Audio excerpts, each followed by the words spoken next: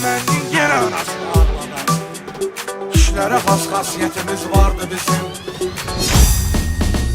Dərdi qəm götürüb xəyala dalmışıq.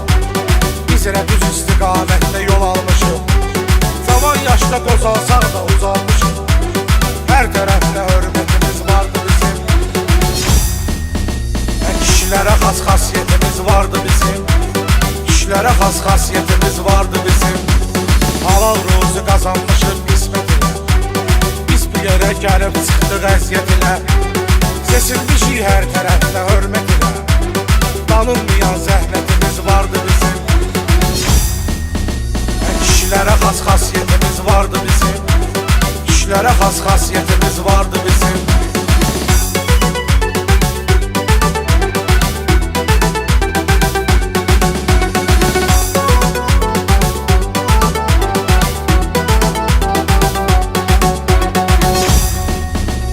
Vətənpərvər oğullarım var dayanı. Qazilərin zirvədə gəlir sorağı. Manuya kod ver şüşəni sal aşağı. Qarabağa sür cənnətimiz vardı bizim.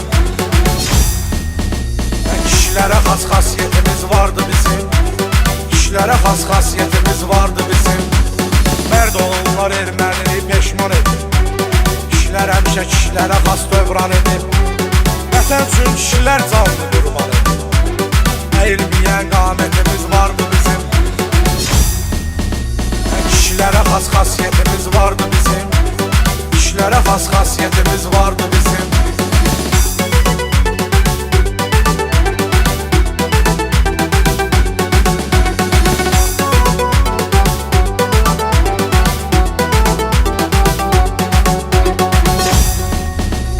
Məxilli torpaqlara qarışıbsa qanım. Əziyyət də olsa keçən hər bir anım. Vətənmə qurbandı mənim yarı canım. Ölməyən məhəbbətimiz vardı bizim. Kişilərə xas xasiyyətimiz vardı bizim. İşlərə xas xasiyyətimiz vardı bizim. Sən düşünmə dərdə gedən vaxt batarım. İstədiyimiz arzuya niyyətə çatarım. Ermənin yenə anasını ağladı. Bilirsən cəsarətimiz vardı bizim. Kişilərə xas xasiyyətimiz vardı bizim. İşlərə xas xasiyyətimiz vardı bizim.